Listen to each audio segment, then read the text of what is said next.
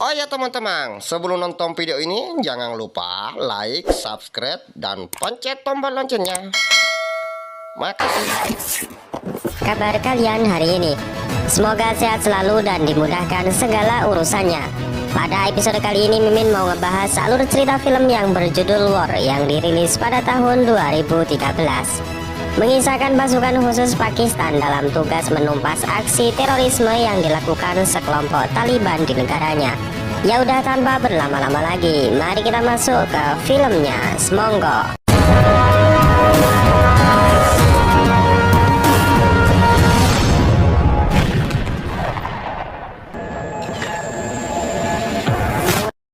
Film dibuka dengan memperlihatkan sebuah desa di negara Pakistan. Rupanya di salah satu rumah tersebut menjadi markas Taliban menyandera musuhnya. Namun tim khusus Pakistan yang sudah mencium bau terorisme di negaranya tentu tak tinggal diam. Bahkan sniper Pakistan yang sedari tadi mengintai sudah bersiap untuk menembak.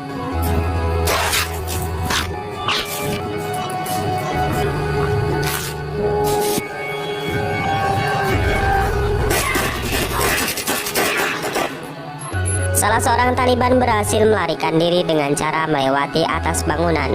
Namun sniper Pakistan yang sudah dalam posisi strategis mengunci bidikan dan melesatkan satu tembakan hingga Taliban pun tewas. Dan singkat cerita, pasukan khusus anti terorisme yang dipimpin oleh Sam berhasil menyelesaikan misi. Scene kemudian memperlihatkan seorang pria bernama Mustafa, seorang duda yang belum lama ini ditinggal istri dan putrinya tercinta. Kematian sang istri dan anak yang tiba-tiba dan janggal membuat Mustafa memutuskan untuk pensiun dini dari dunia militer, yang sebelumnya dia menjabat sebagai perwira di Angkatan Darat Pakistan.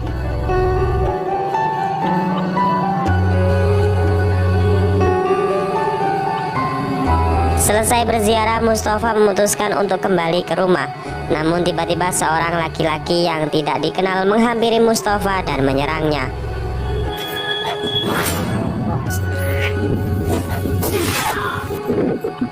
Beruntungnya Mustafa selamat karena telah menggunakan rompi anti peluru di dalam bajunya.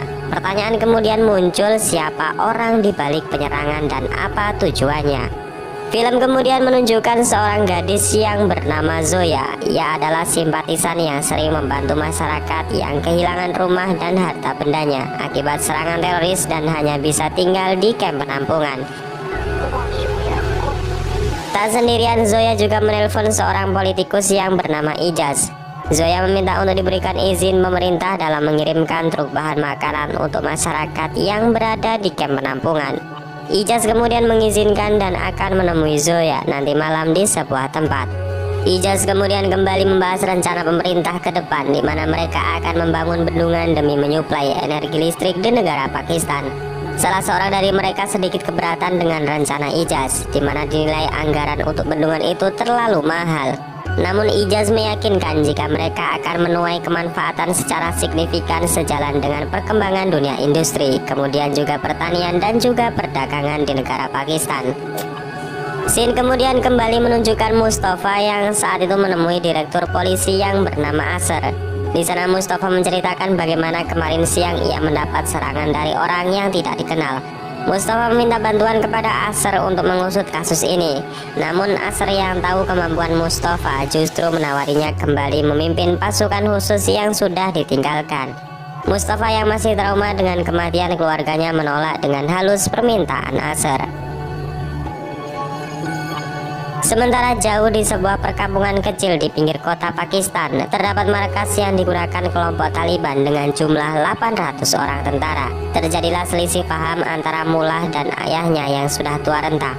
Mullah dan anak buahnya tega membunuh sang ayah agar mereka mendapatkan kekuasaan penuh mengatur 800 pasukan Taliban.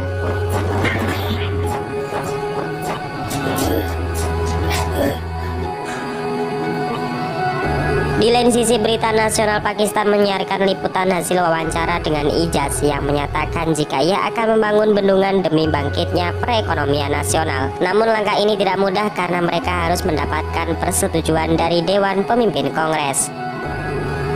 Scene kemudian menunjukkan rapat besar pemimpin Dewan Keamanan Negara. Terungkap bahwa kelompok yang sebelumnya dihabisi oleh Sam dan anak buahnya rupanya diperintahkan oleh seorang teroris yang terkenal dalam penyerangan terbesar di Pakistan. Dia adalah Abu Hamzah atau biasa dipanggil dengan Ramal. Diketahui jika Ramal adalah seorang psikopat yang pernah menjadi pelaku pembunuhan berantai. Kemudian ia juga cerdas dan juga licik sebagai mata-mata yang sering keluar masuk ke negara manapun tanpa diketahui identitasnya. Di lain sisi, Asr kembali menemui Mustafa. Dari hasil investigasi sebelumnya membuktikan jika penyerangan yang dilaporkan oleh Mustafa sama persis dengan pola penyerangan yang dilakukan oleh Ramal. Tujuan Ramal mengincar Mustafa tidak lain dan tidak bukan adalah karena hanya Mustafa lah yang pernah menangkap dan membantai anak buah Ramal. Film kemudian flashback di 3 tahun yang lalu, di mana saat itu Mustafa adalah seorang petinggi militer. Saat itu Mustafa yang memiliki skill mematikan mampu membunuh seluruh anak buah Ramal dan memojokkan dirinya.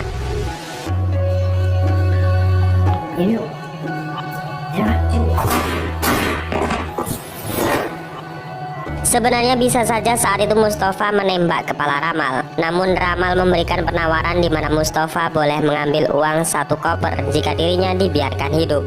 Ramal juga mengancam jika ia dipenjara, maka suatu hari nanti setelah bebas ia pasti akan membunuh seluruh keluarga Mustafa. Dan penyesalan yang sangat terdalam adalah ketika Mustafa membiarkan Ramal untuk hidup dan tidak mengambil uang yang ditawarkan, berharap ia tidak menyentuh keluarganya. Akan tetapi Ramal ingkar janji dengan membantai seluruh keluarga Mustafa. Hal inilah yang membuat Mustafa hampir gila dan frustasi, sampai-sampai ia memutuskan untuk mundur dari dunia militer.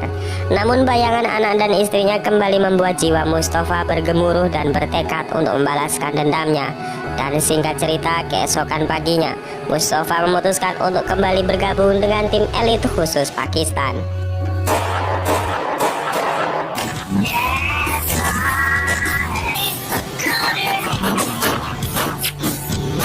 Scene film lalu menunjukkan Ramal yang sedang pergi menemui seseorang di sebuah apartemen. Di sana ia meminta untuk dibuatkan kartu identitas palsu seperti paspor, SIM dan juga KTP.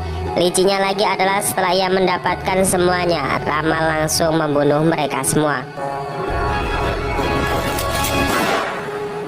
Tak lama kemudian Ramal menghubungi Mullah, si pimpinan Taliban. Mereka melakukan kerjasama untuk menghancurkan Pakistan dengan cara mengerahkan 800 pasukan terkuat mereka. Ramal ternyata tidak main-main dengan rencana ini. Dimulai dari menghabisi Ijaz dan juga istrinya yang saat itu sedang berada di apartemen.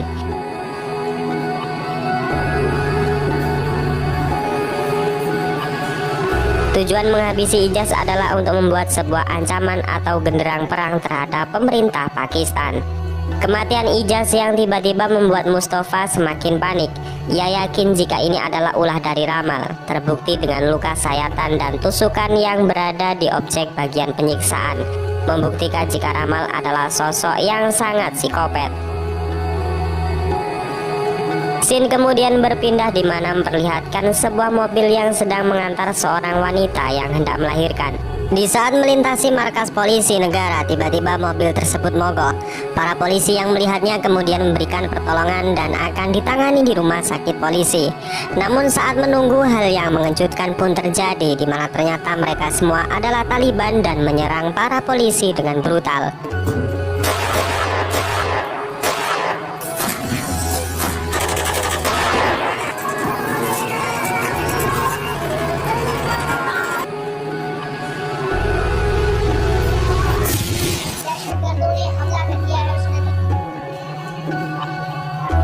Untungnya 2 Taliban berhasil diamankan. Di sana Mustafa langsung mengajukan diri menginterogasi keduanya. Dengan cara yang tidak biasa dan bahkan sangat tragis, Mustafa memaksa 2 Taliban ini untuk buka mulut. Dengan berbagai ancaman menyakitkan, seorang Taliban yang tak lagi kuat akhirnya buka mulut. Jika dalang dibalik penyerangan ini adalah Mullah, pemimpin mereka. Dengan secepat kilat, tim pun segera bergerak untuk menangkap Mullah di persembunyiannya. Selain itu, personil pasukan tentara ikut diterjunkan dalam misi menumpas 800 pasukan Taliban tanpa ampun.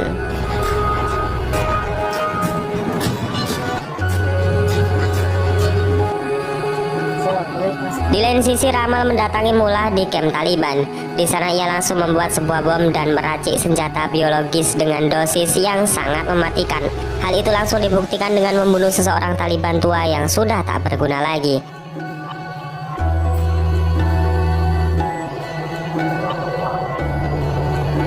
Pasukan tentara Pakistan yang sudah diberangkatkan dari pangkalan sudah tiba di titik lokasi terdekat di mana para Taliban sedang bersembunyi.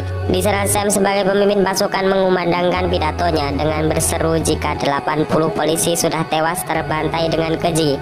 Ia menegaskan kepada seluruh pasukannya jika niat mereka datang ke sini bukan untuk membunuh atau berbalas dendam, melainkan demi kehormatan negara dan menegakkan keadilan agar tidak diinjak-injak oleh siapapun. Di bawah sinar rembulan, wajah penuh keberanian pasukan Pakistan mulai memasuki area Taliban. Di sana mereka menyusup ke segala sisi dan membagi tugas agar memberi kejutan kepada pasukan Taliban.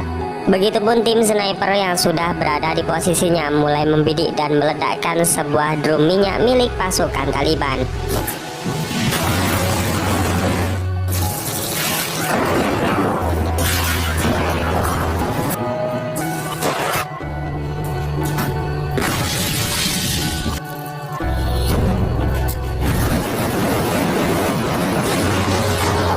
Di sana nampak jika skill yang dimiliki Mustafa sangatlah presisi.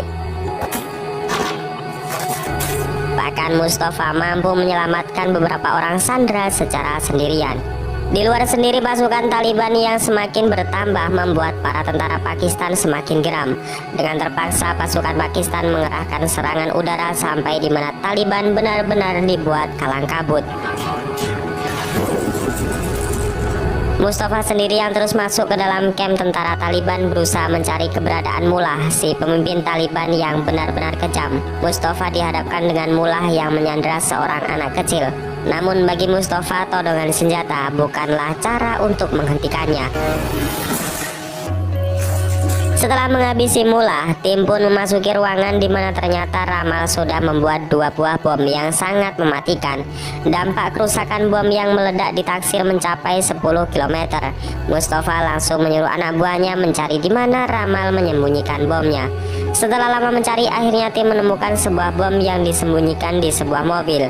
Di sana nampak waktu yang menunjukkan bom meledak kurang dari 4 menit lagi.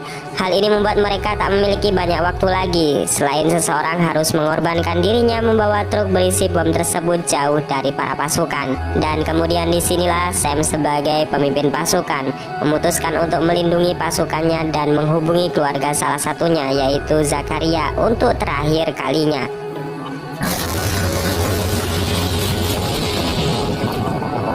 Sam tewas sebagai seorang pahlawan. Ia dimakamkan di area pemakaman para pahlawan yang sudah berjasa untuk negara Pakistan. Mustafa yang ikut hadir dalam pemakaman mengatakan kepada Asr bahwa mereka belum menemukan satu bom lagi yang disembunyikan oleh Ramal. Zaferia yang dikuatkan oleh Mustafa bertekad untuk menemukan satu bom lagi agar pengorbanan Sam tidak sia-sia. Namun Zaferia mengatakan kepada Mustafa jika Sam memiliki tugas lain yang belum ia selesaikan, yaitu dengan mengamankan Perdana Menteri Pakistan. Saat itulah Mustafa langsung menyimpulkan jika tujuan dari bom kedua inilah pasti gedung pemerintah, di mana nanti rapat besar tentang pembangunan bendungan akan dilaksanakan. Para pasukan langsung dikerahkan menuju ke gedung pemerintah, dan benar saja, Ramal yang sudah menyamar dengan sosok lain langsung memberikan perlawanan.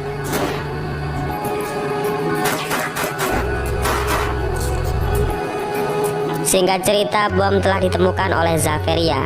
Di sana ia yang memiliki ilmu menjinakkan bom langsung turun tangan. Di lain sisi, Mustafa terfokus kepada Ramal yang saat itu hendak melarikan diri melalui atap gedung.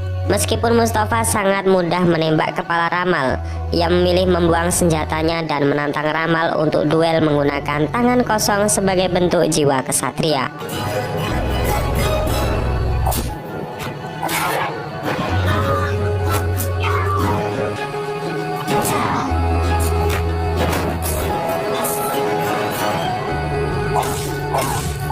Singkat cerita, Mustafa berhasil mengalahkan Ramal dengan mendaratkan pukulan mematikan hingga kepalanya pecah. Selain itu, Zaveria juga berhasil menjinakkan bom sehingga tidak ada satupun korban jiwa berjatuhan. Dan kemudian film ini diakhiri dengan pembangunan bendungan yang sudah dikerjakan untuk mendorong aspek perekonomian, peternakan dan juga pertanian di negara Pakistan. Dan kemudian film ini pun selesai. Ya udah segitu aja guys alur cerita pada episode kali ini. Secara keseluruhan film ini bagus dan masih layak untuk kalian tonton. Saya dan ucapkan terima kasih atas support yang selama ini kalian berikan. Terus nantikan video terbaru dari channel ini. Saya Naja undur diri. Wassalamualaikum warahmatullahi wabarakatuh.